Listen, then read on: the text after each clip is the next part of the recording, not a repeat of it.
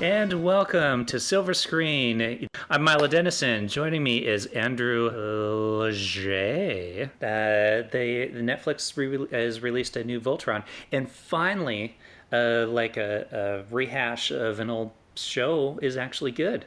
I've watched all the episodes. Actually, it was great. They changed the format a little bit. This is the same show that was back in the 84. Oh yeah, the '80s.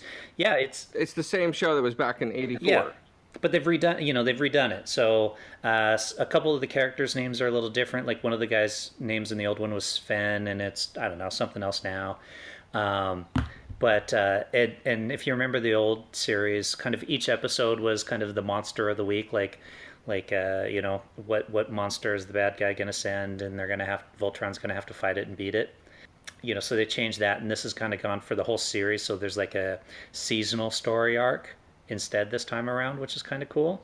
But then they did a couple of Okay. other weird things, like if you remember in the original series, one of the guys actually, I think, if I remember right, dies or something like that, and the princess then takes over one of the lions. In the new series, they haven't done that so far, at least off the first season. So the princess pretty much just stays in the castle the whole time. But the castle flies in space now. So she's, kind of a badass princess flying her castle around in space doing that kind of stuff versus being in one of the lions. I think you just illustrated one of my lifetime fantasies. That's the kind of woman I'd want to marry. You know who else I always thought was a hottie cartoon character? Is the mom off Dennis the Menace. You remember the old Dennis the Menace? You kind of look like the dad. Do I? Maybe that's what I had a thing for. So basically, you spawned a brat child. Well, that wouldn't surprise me if You, that you happens. envision yourself spawning a brat child. No, I just envision, spawning with the mom. That's all. As a little boy, you don't know. But look, she had her like cute little hair, and you can kind of see the outline of her boobs in her animated shirt, and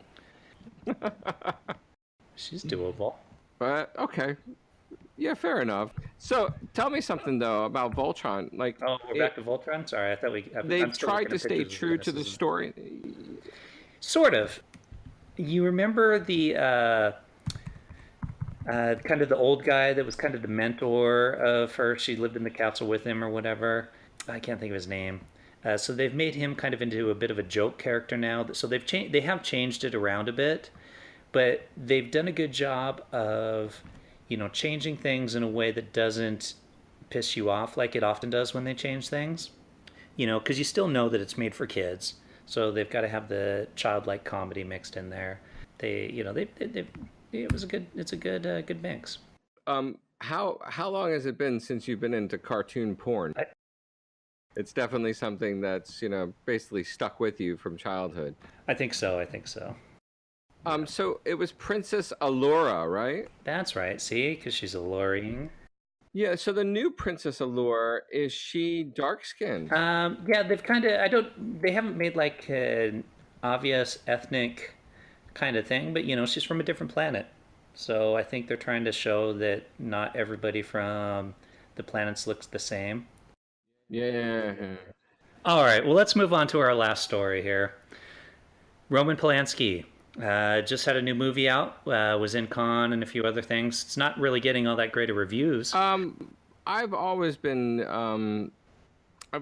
interested in Polanski. Yeah, so he was married to Sharon Tate. So that part of the story is really very bizarre because if you remember correctly, Tate was killed by Charles Manson's group of people. They raided her house and murdered her. Anyhow, the sex abuse one was 3 years after making Chinatown. He was arrested in Jack Nicholson's house for a sexual assault of a 13-year-old girl. How the U.S. government seems to really want to sink their teeth into him for some reason. But anyhow, for the most part, I've been looking at his films, and the one that was, I think, his quintessential swan song was Pianist. I found that to be just such an outstanding Yeah, it film could in be, telling the but I story. guess, don't you think that there should be some liability based on what happened with the 13-year-old girl? It makes you wonder what the truth is. Yeah, well, that's the thing. None of us were there, but to my understanding, like, it did happen. but I guess the story around, from my understanding, is more that it was more consensual, or maybe she wasn't fully honest about her age or something like that. I don't know. But even if it was consensual, she was still 13, you know. Maybe hypothetically though that he didn't know. So like the way the story goes down is that the incident took place at Nicholson's house, but at the time Nicholson was dating Angelica Houston, and Houston stopped by unannounced to pick up some things. She heard Polanski in the other room say, "We'll be right out." Polanski came out with the girl, introduced her to Houston, and they chatted about Nicholson's two large dogs, which were sitting nearby.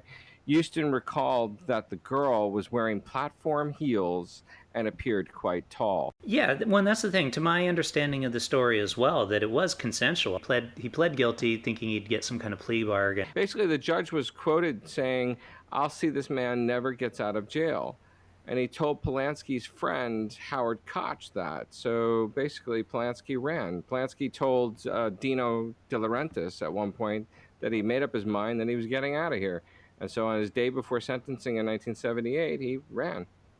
Yeah, that makes sense then. So maybe he pled guilty, said, "Okay, look, I'll plead guilty. You give me, a lighter sentence or whatever it was." And then for whatever reason, the judge decides to kind of backtrack on that. And Do you know, actually, I'm reading here, she sued Polanski in 1988. the girl did? Yeah, 1988. So the suit alleged sexual assault, false imprisonment, seduction of a minor, and intentional infliction of emotional distress. In 93, Polanski agreed to settle with the girl. Yeah, that's a money grab there. That has nothing to do with what happened, in my opinion. I mean, she waited till 1988 to do it. It's true. She just needed money. It's a money grab. You're right. Yeah, that's all that is. And I'm not saying that what happened was appropriate. I don't think it was. I don't know, but yeah, especially if he knew how old she was, I would say it definitely was not appropriate.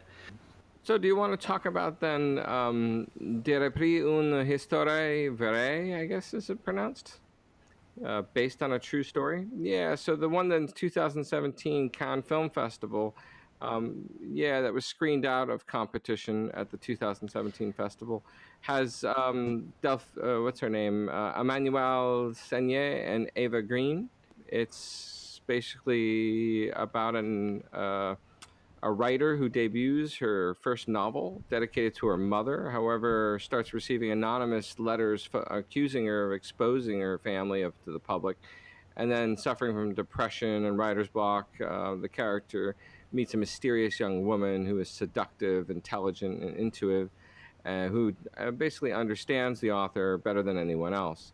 So I have not seen this film. Have you, Milo? I have not. To my understanding, it's what was the one that was back in the day? The girl becomes friends with the other girl and kind of becomes obsessed with her, and then Poison Ivy? No, not Poison Ivy. Oh, Single White Female. Remember Single White Female? That's the one I'm thinking of. I mean, of the stuff of his I have seen though. Like I agree. I mean, Chinatown's brilliant. What was the other one? Piano. So no, I haven't seen that particular one, but I do think he's a brilliant filmmaker. The new movie is Single White Female, just basically Roman Polanski's version of Single White Female. Yes. What about The Ninth Gate though? We're jumping around on movies. Well, The here. Ninth Gate was also Polanski. So did you ever see it? Ninth Gate was good, and I like Johnny Depp, or at least I used to. He's also another one of those actors that's gotten so big he's turned into a douche. Yeah, I liked it. As I said, I like Johnny Depp. Yeah, speaking of Depp, I used to like Johnny Depp. Do you think that what Depp's wife has been accusing him of is true? Possibly, but same thing. It could be an exaggerated truth. I don't know. You know. I mean, we both interact with a lot of creatives.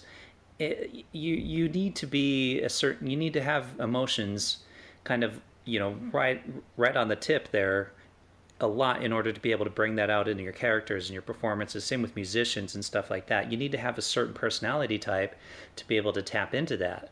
So it's probably entirely true that he probably is easily emotional in different ways and angered and the way he reacts to stuff. But, it contributes to being a good performer. I totally agree with you there, Milo. Totally agree with you. So who knows? She married him. The thing about that kind of stuff always drives me nuts is people marry somebody and they're like, oh, they're such a and they go on, and it's like years later after they've been together for so long, and you're like, really? Did they really? Are they really all that different from when you first met them? And you suddenly like this thing that you liked about them at first, suddenly you don't like anymore. It's another one of those. Wasn't there? Wasn't involved. Don't know. I've often said, Milo, that the truth of it is that you never really want to know the artist that you love, the creation that that artist does for you, whether it be music, paintings, plays, movies, whatever. Doesn't matter. That artist, you don't want to know them personally. That's not the point. The point is that you like the creation and where it takes you and what that magic of that art does for you as an individual. But people have become star fuckers. They want to, get out there and meet the celebrity and understand the celebrity, but you really don't. A lot of times, more than none, I think you'd be disappointed in the celebrity that you like, and it's better left untold that you just simply like the art that's being created and enjoy it for what it is. But yeah, most people are star fuckers. They want to meet them. Yeah, well, that's it. They have this version of them in their heads, and then when they meet him, they're suddenly not that person, and they don't like him for it. And Absolutely true. we hope you enjoyed it. Obviously, we're still working out the kinks, and you should see improvement over time as the show goes on.